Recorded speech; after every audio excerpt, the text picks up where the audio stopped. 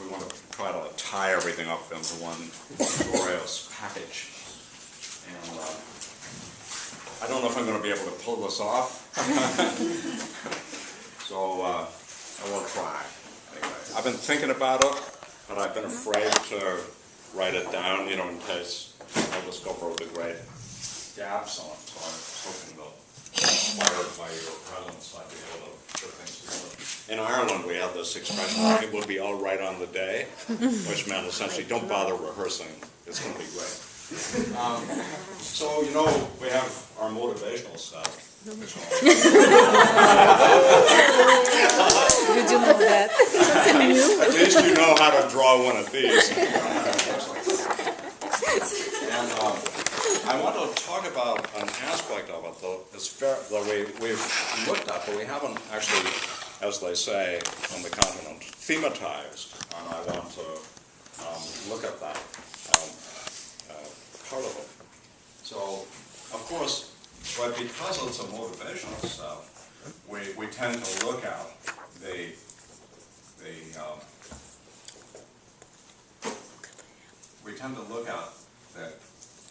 conative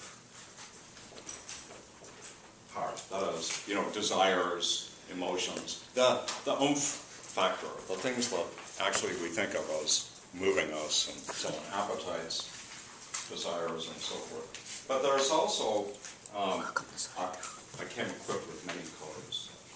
There's also a cognitive.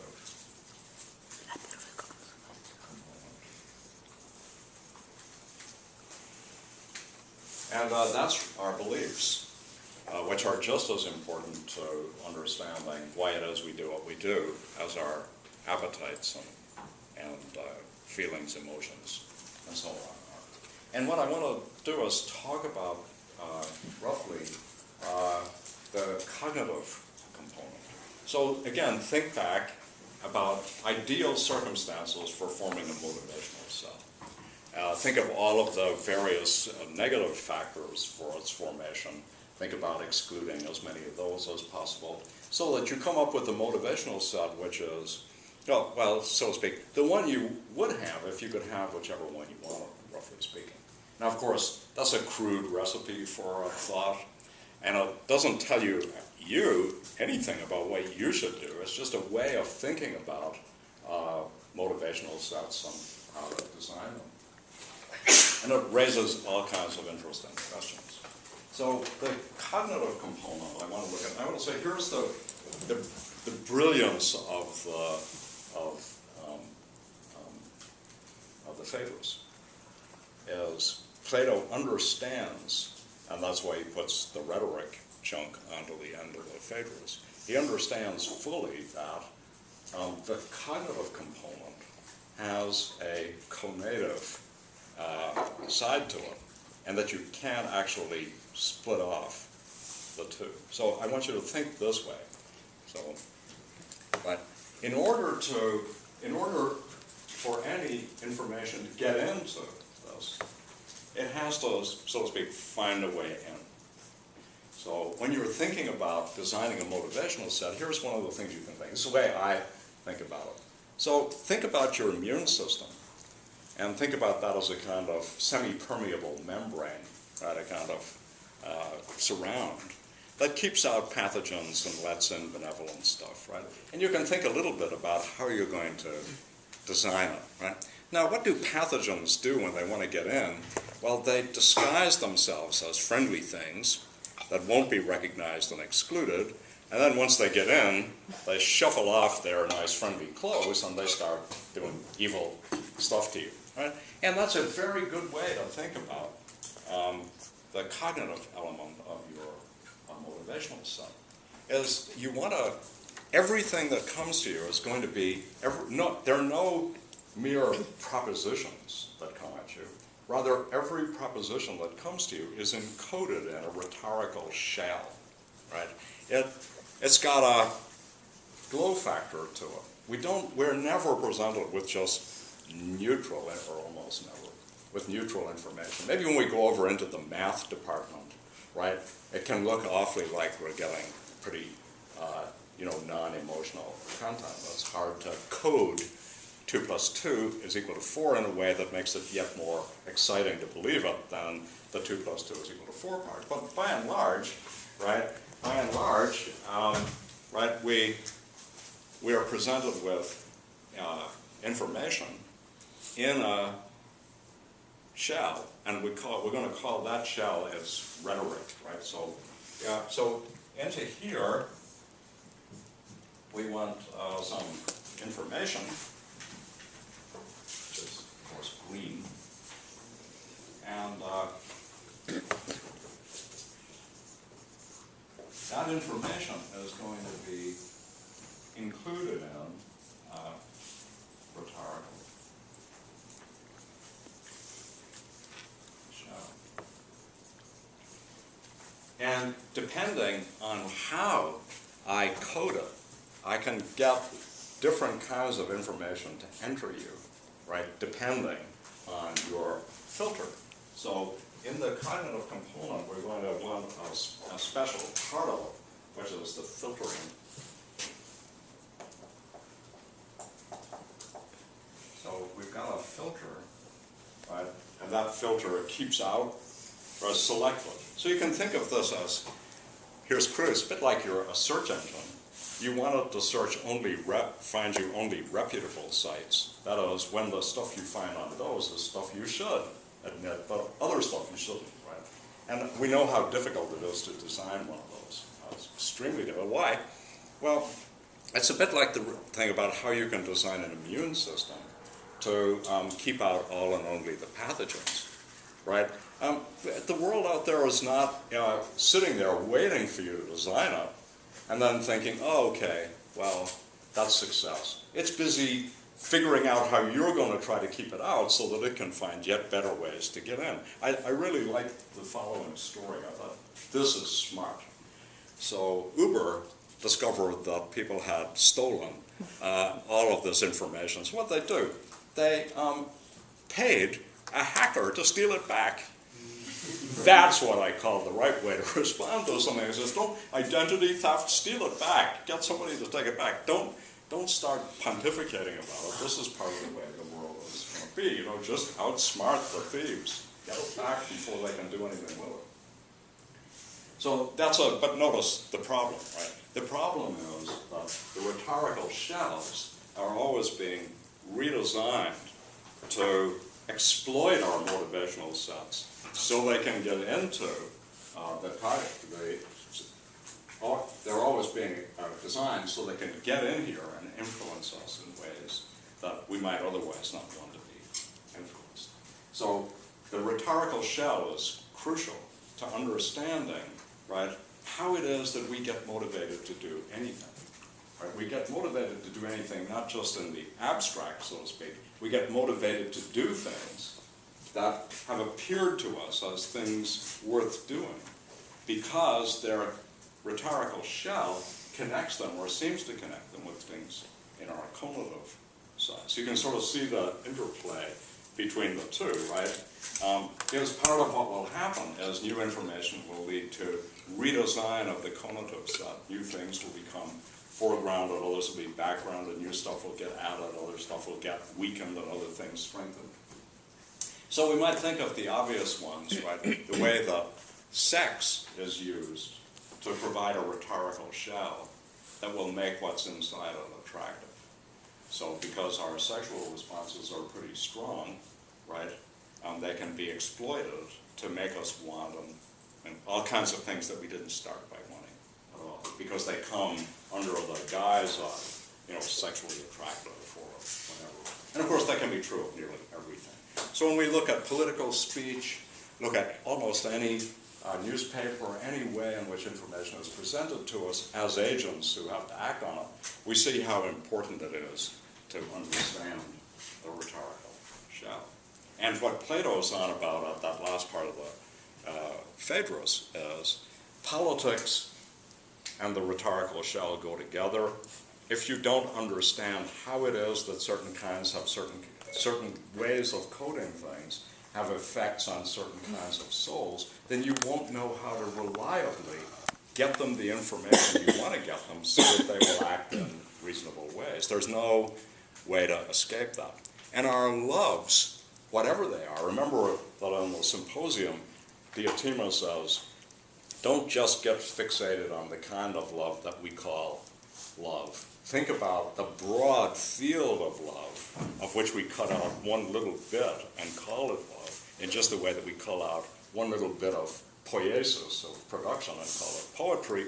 Look at the broad, look at, as we would say over in our neck of the woods, the natural kind, if you want to figure out how to work. So the natural kind is, of course, just desire in general, right? And what you get in the Phaedrus is you get three kinds of organizations of the motivational set, the appetitive, spiritual, rational, right? And then you get the stories about, at the end, about how a good orator, a good writer, will have to understand motivational sets and how they work in order to reliably influence them in certain kinds of ways. And that without this, you won't be able to achieve what you want. So the good lover, right, is the one who is able to influence the other person in such a way as to get them to love back by presenting them with properly coded messages. And you can see from the beginning, just as in the symposium, you start with Phaedrus, who is in fact not a good decoder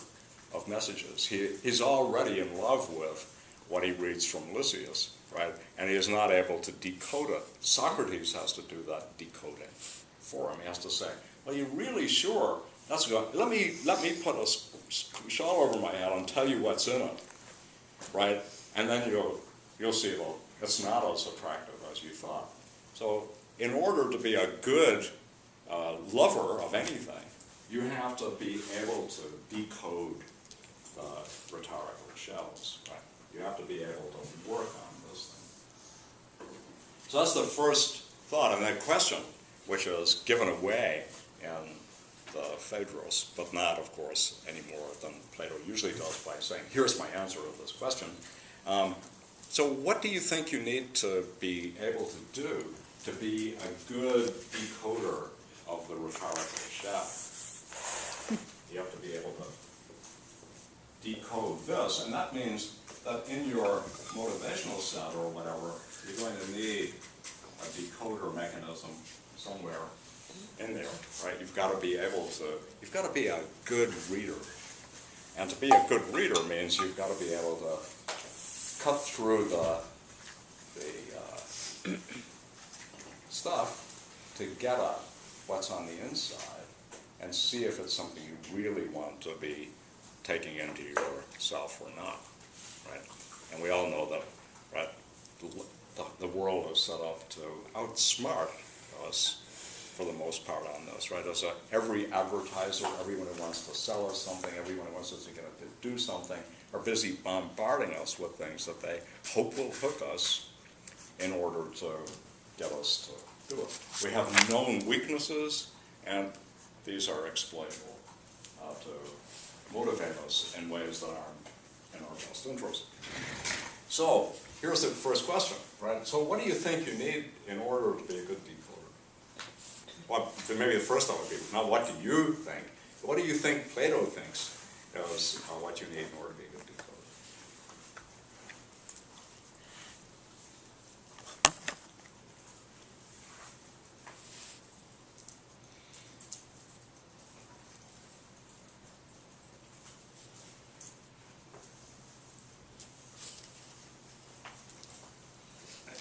It's being able to use the rhetorical, being able to craft your own rhetorical shells. I think he seems to think will help with decoding. Well, certainly knowing how rhetoric works, Yeah. that's going to help you a lot, right? So the thought is, if you know how advertisers typically work, right, then you'll be better able to understand. If you know how your own psychology works, you'll be better able to make up for your own proclivities, right? So we know that we are subject to all kinds of sort of rational errors that we make, right? We tend to be lured by, various kinds of pricing devices to get us to do irrational things. These have been studied by Tversky and Kahneman. right? They're well known. That even our rational apparatus is it's not a multi-purpose tool. It's actually crafted to work within certain contexts, but doesn't work really well across others. So depending how an information is pitched to you, you get very different reactions to validity arguments, for example. So there's a big psychological literature on this.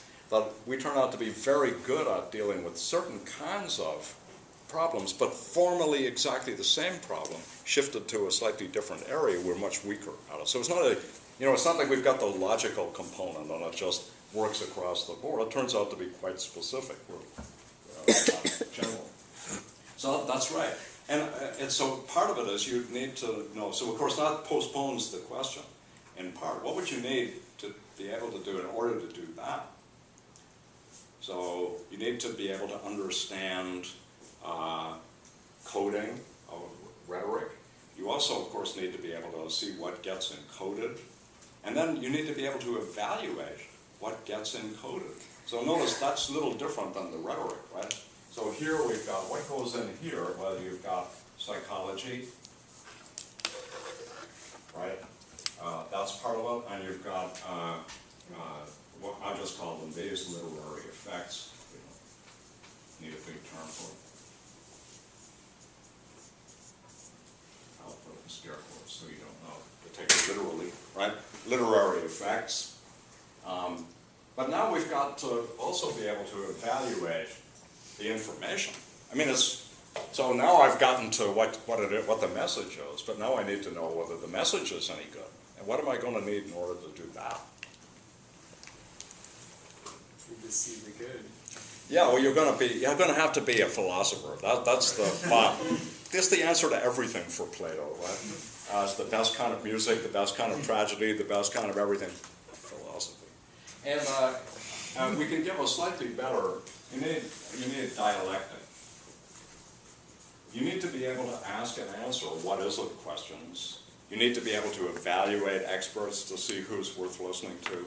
You need to be able, so there's a kind of set of thoughts that go along with the evaluation of information. And we know that we have a kind of broad outline of what that skill is, but we also know that it's very hard to achieve. So I'll riff about it for a second and kind of put it in a context, and then we can talk about it a little bit. So what goes into this? So this is what enables you to evaluate this. You actually need to know some science. You can't, dialectic won't work out by itself. You really do need what you're beginning to get at the end of the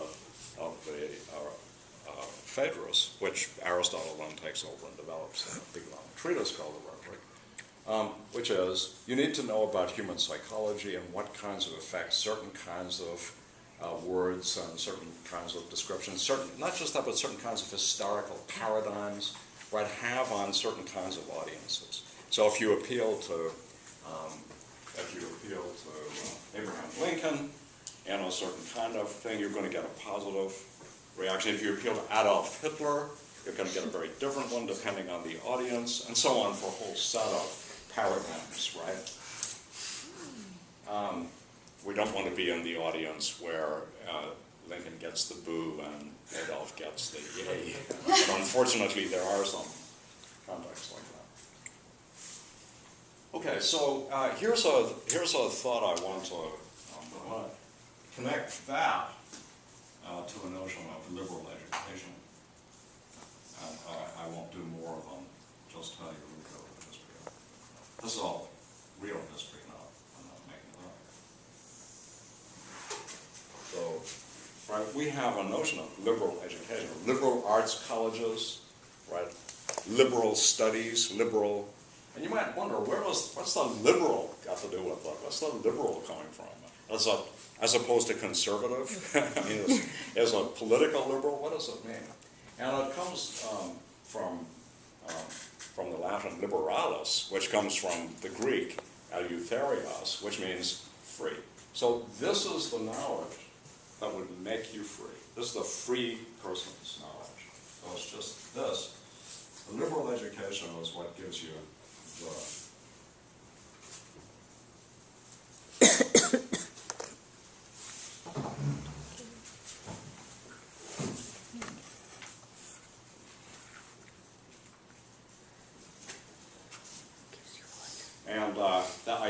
us that by studying certain kinds of things, quite broad set of things, including medicine, by the way, which we've forgotten, what medicine used to be one of the liberal arts. And these things were studied, and the idea was not that you would end up with some body of knowledge, but that you would be now in the relevant area of your life, a free person. And what would that mean? Well, for example, you wouldn't be a slave to experts. So think of a challenge to democracy, which I think is an extremely powerful one, right, which is just this.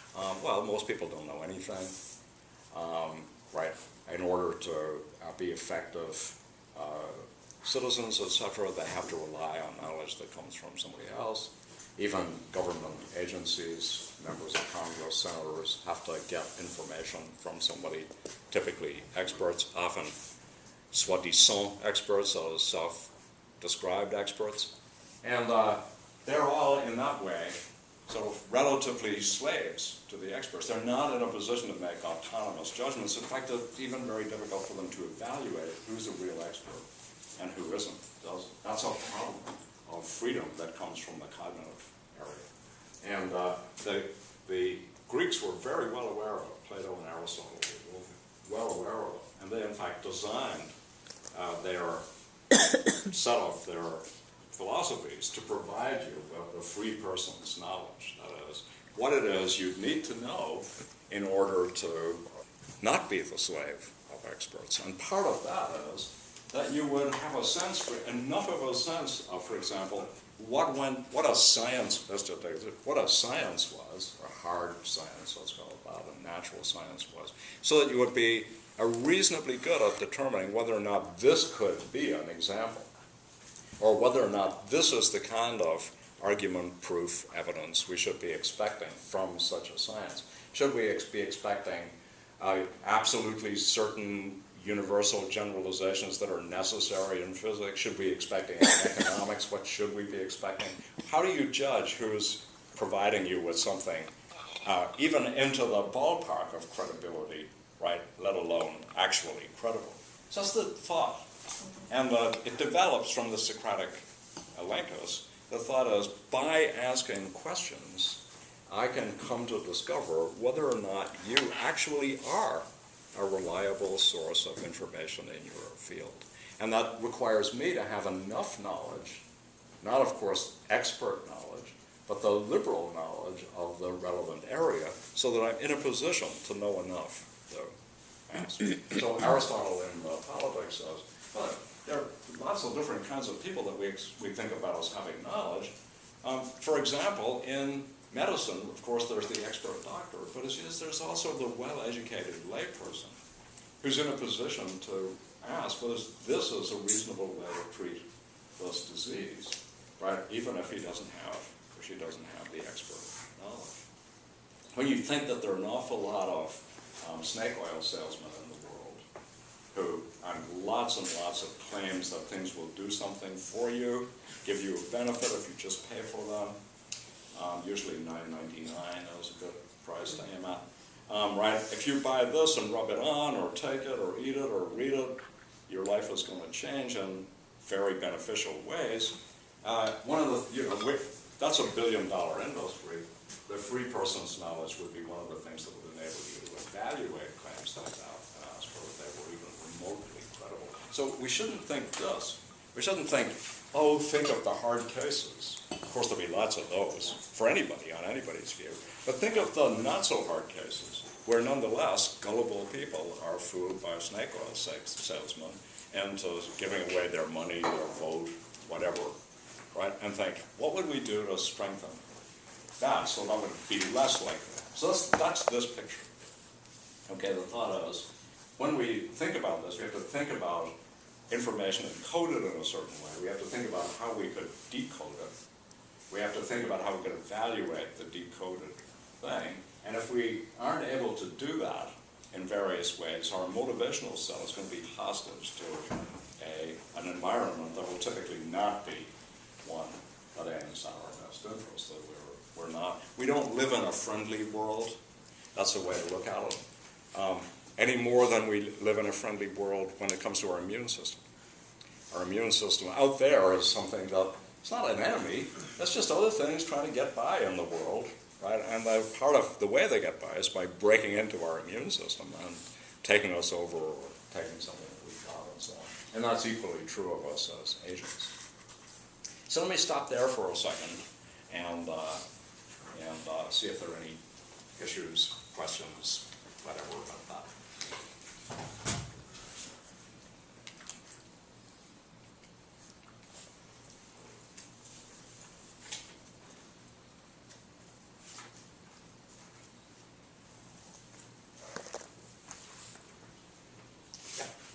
I guess I'm wondering whether you have any thoughts on the following issue that I see.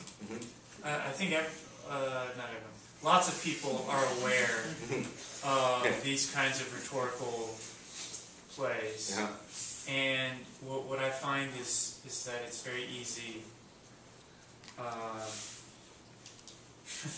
for people to be aware of these rhetorical plays and then to make the following sort of move.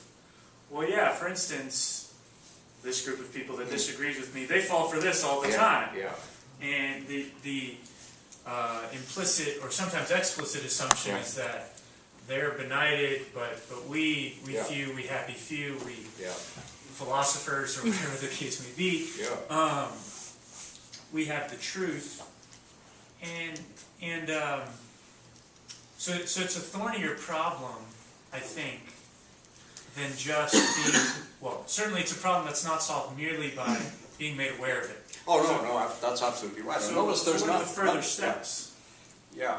So the first thing to say is that this is kind of getting the normal form of the problem in front of us. So it's not solving the problem. And it's certainly not telling us what we should believe, right? That presupposes that we could do all of this, right? And so I can say a little bit about what should go into these different areas. And it won't surprise that a lot of what's going to be doing some work is what should go in here.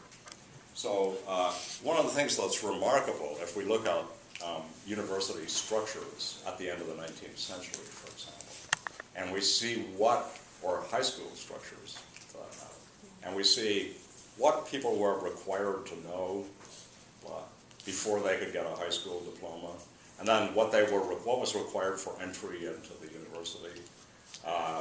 So medical school, Latin was a requirement. You might wonder why, but nonetheless it was. And so there was a whole set of senses of what it was the schools existed to produce. And there was a conception of what a liberally educated person was that actually shaped the curriculum and the curricular demands. And then, and for all kinds of reasons, some of them very good ones, the democratization of access to universities, the GI Bill, a whole set of things were fairly contingent.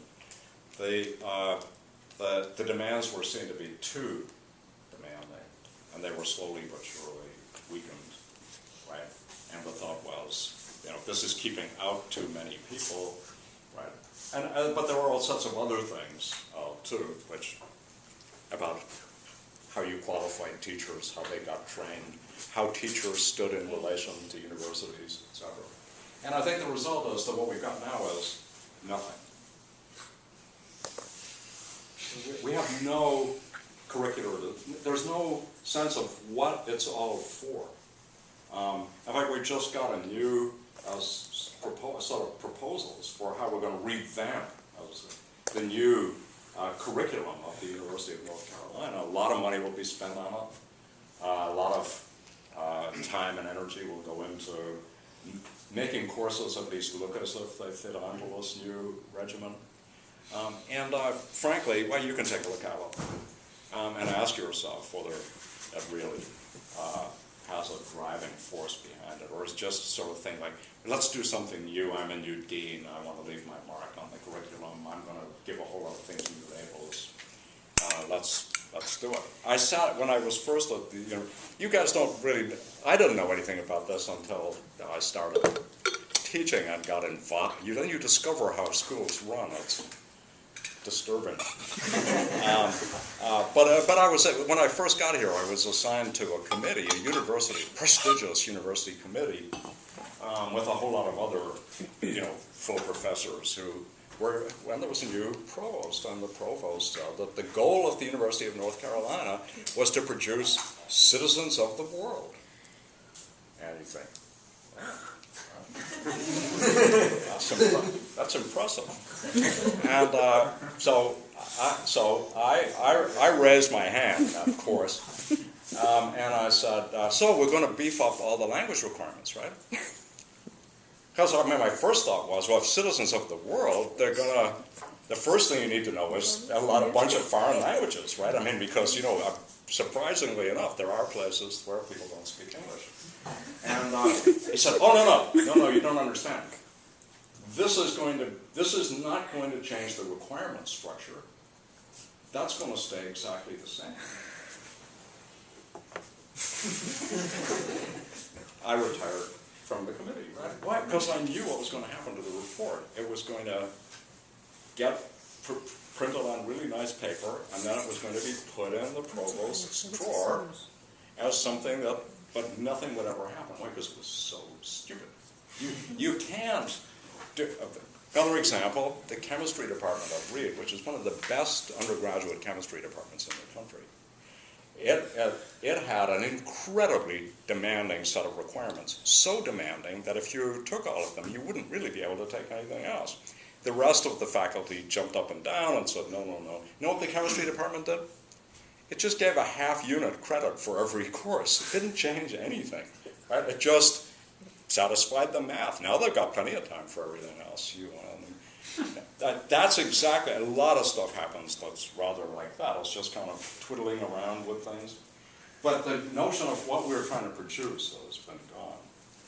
And one of the reasons for that is there's been a concerted set of attacks on universities and colleges to ensure that they don't produce people like this. Why? They're politically troublesome. They know what kinds of questions to ask. They're not docile. They're not easily bamboozled. That's not what you really want, is it? Not in a country like ours. You don't want that.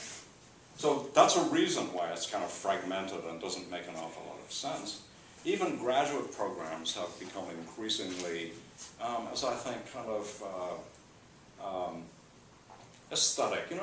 What you take, what you do, but what are the requirements anymore? There's just one left, logic. That's the logic, and then some area requirements. Right? So you've got logic, and then you have to take at least one course in modern and one in ancient, or something like that, or one or the other. And that's about it. There's not very much in the way of requirements. The logic requirement is fascinating. Why? Because it's pointless. The logic requirement is useless. You will never. It makes no sense at all. Oh, there could be a logic requirement that would make sense. But studying first order predicate calculus to completeness and a little bit of meta theory of it, you'll never see that again. Never, ever, I promise. Right? Instead, you'll see some other stuff that you don't know. It's actually a kind of hazing thing, I think. Right? It separates the sheep from the goats. Oh, you got an A in logic. Oh, yeah. Oh. Yeah, I got 100%. I hear it. I got an H, 100%. Yeah, great. Got everything right. Oh, wow, must be a genius. Oh, come on, that's low-level math. That's not rocket science, right? Okay, so that's enough about that. Okay, now I want to move to it. Yes? Sorry. Stupid question. Oh, then I Not that don't want to hear. Oh, okay. So, Yeah. yes, the Yeah. level of education Yeah. went down, and Yeah. working 25 years in schools, Yeah. I saw it, and even in Yes. small kids, because the expectations. Yeah. Yeah. But the question is this way: so maybe because we don't really see, the world has changed so much, and we don't really know Well, what I think that's a genuine question.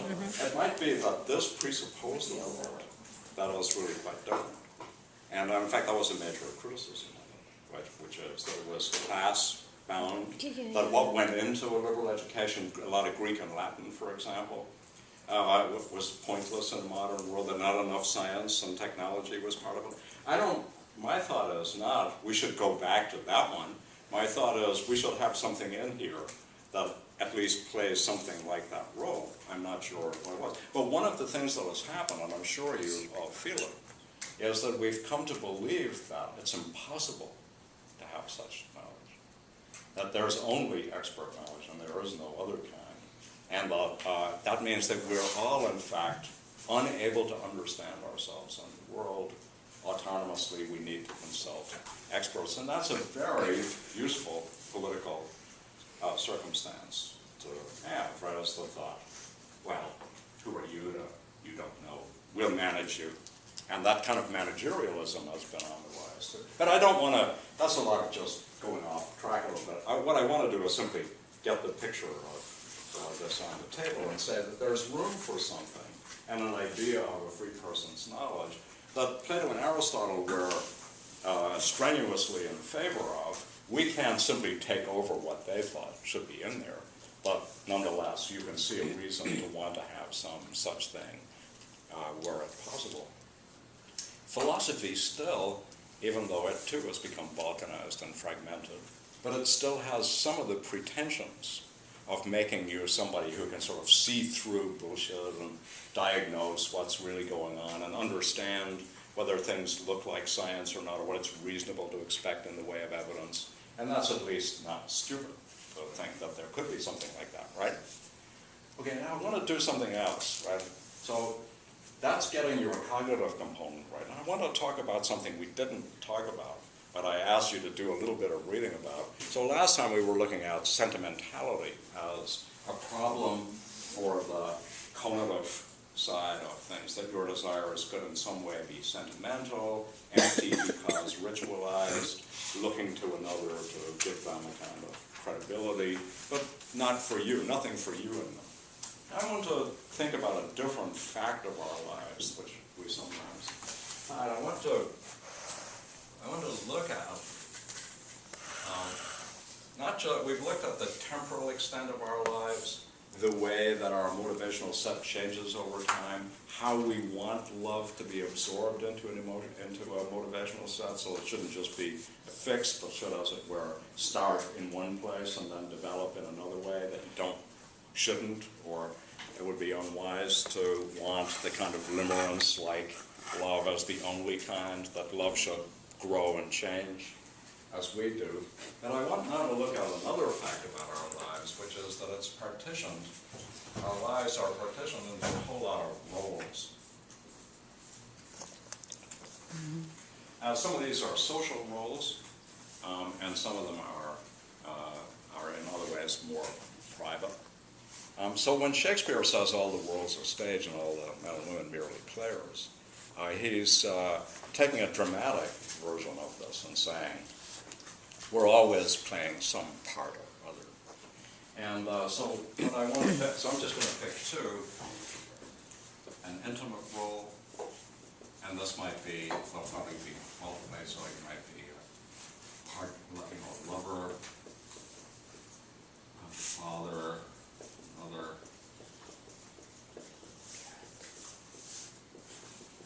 child. So, there's a whole set of roles that we play as part of our intimate life.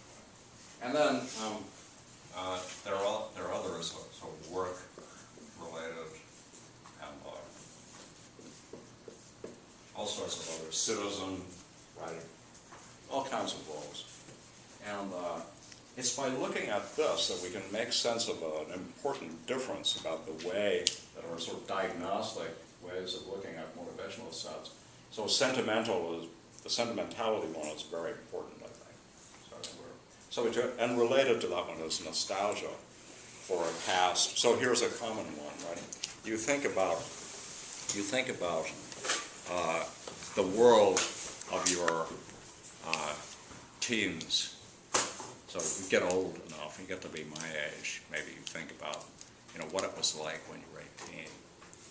And typically, not always, people kind of idealize a certain stage, and they think everything was so great then.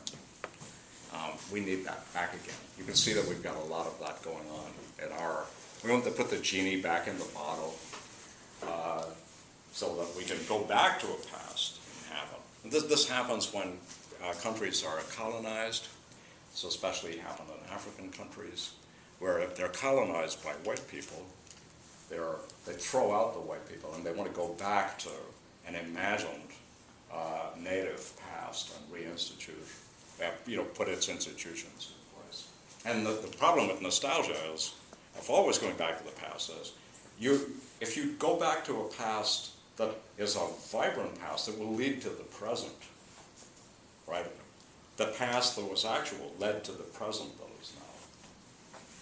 If you go back to one that's guaranteed not to do that, it's bound to be a sentimentalized version of repetition. Don't change it. So, for example, when the British colonized England, colonized India, right? One of the things the British people who would go to India later would say, gosh, they're like England 50 years ago. Why? Well, because when they went to India, they wanted to preserve the English institution, afternoon tea, certain way of behaving and dressing, because that was what they thought it was to be English. But back over in England, they weren't thinking, let's preserve what it is to be English. They were just being English. And being English changes, right? And so when they went there, they found themselves looking at a strange version of the past. When I lived on the West Coast, I went to British Columbia, to Vancouver, British Columbia, which is a very British outlet. And everyone looked like my mother looked when I was about 15 or 16. The women all wore long, flowery skirts and dresses with open-toed white sandals. I hadn't seen those in a long time, but it was kind of weird to go back and think, oh, an afternoon tea at the hotel. It was right out of my childhood. So that's the nostalgia that involves sentimentality. It's going back to a past and then keeping it fixed, which just turns all the rituals into empty rituals, forms. Now I want to look at a different set of problems which are very difficult to discriminate, the difference between sincerity and authenticity. And so what I want to do is to try to give you a way to think about them, because these two are fundamental aspects. They're not just, they're fundamental aspects of the way we think about ourselves. Are we authentic? Are our lives authentic? Are we sincere? What's the difference? Why is it good to be one or the other? So when we look at this, our set, we have to think of it as a motivational set that will carry us through these roles. Right? It's not sort of like this, right? The motivational set has to be one that can be sculpted or molded to work in one role and then in another role and then in another role. It's not just the same one across all of them. Different roles highlight different aspects of your motivational set or background others, or make some inert or to be repressed and others to be expressed, depending. So all kinds of things we do with our intimates we don't do in public.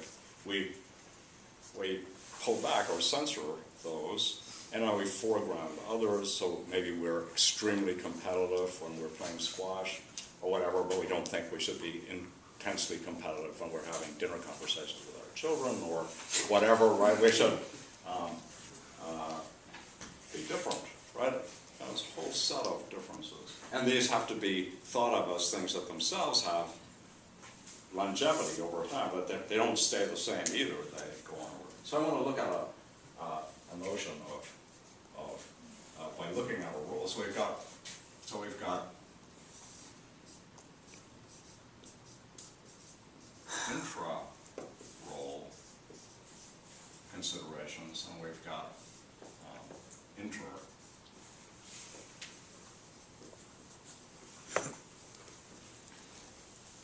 So we've got things that are internal to the role and things that have to do with between the roles. And what I'm going to try to persuade you of is that intra-role considerations have to do with sincerity, and inter-role ones have to do with And it's important for various reasons, as you see, not to confuse them. So let me take a look at the intra-sincerity case. So here's a little fact about us, right? The easiest way to be convincing in a role is to identify with it. So the mask becomes the face. So there's a stage, right, where you're still working your way into it. And again, I think studying actors and theater is a great way to see this.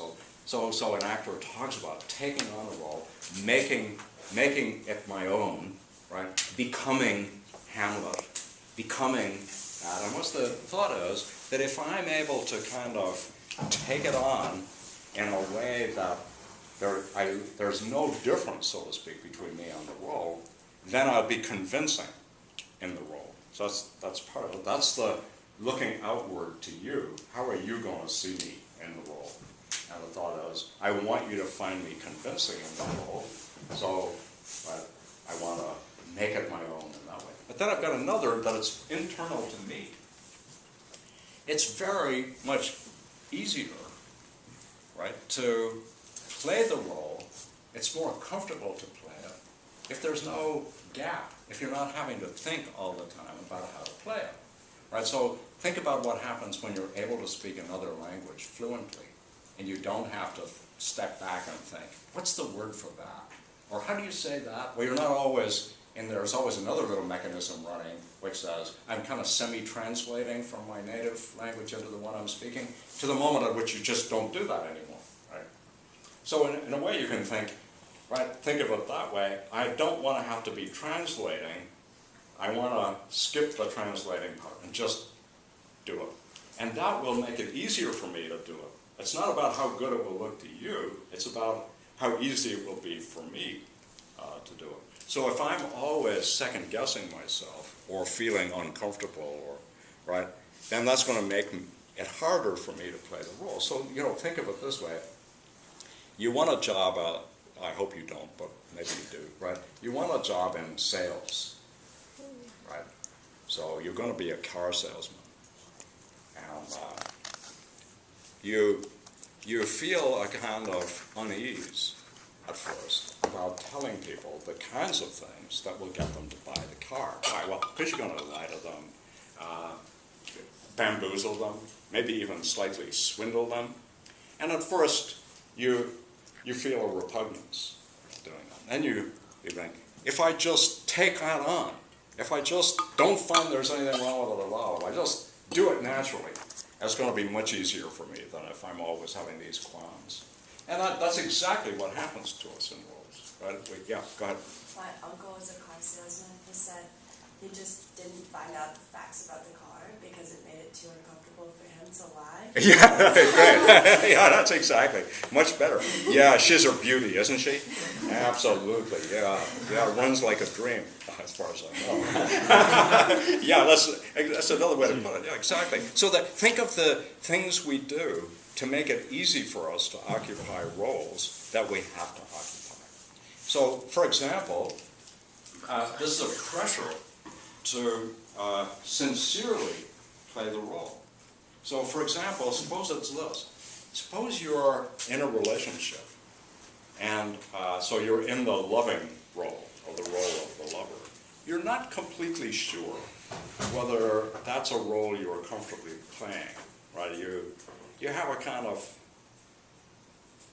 and that drives you a kind of ambivalence, which is what that is, kind of ambivalence about the role. It makes it extremely difficult for you to be in this relationship. And you think, I really do want to be in this relationship. Sure, I feel the ambivalence, but you know what? I'm just going to kind of work to get it to go away. So I'm going to hype my positive things to just smother out my doubts. I'm tired of having those doubts. I've got to commit. Notice the language is very much like, so what's committing? Well, look, if you're already comfortable in the role, you don't have to do any committing. It's you commit to give yourself that, right? Sometimes people even get married to give themselves that over a little bit of push, right? They think, I'll show you, I'll show me, right? I'll show me that I'm really in love. Let's get married, right? To overcome doubts and to think, it's going to be good, I'm going to be fine. As soon as I get over these damn doubts, I'll play it perfectly so, bang. Sincerity is a powerful intra-role factor. You sincerely play the role when the mask becomes the face. When you're at one in the role, when it's natural, where there's no step back, where you're committed, where you don't feel discomfort, where, as we say, he's a natural, right?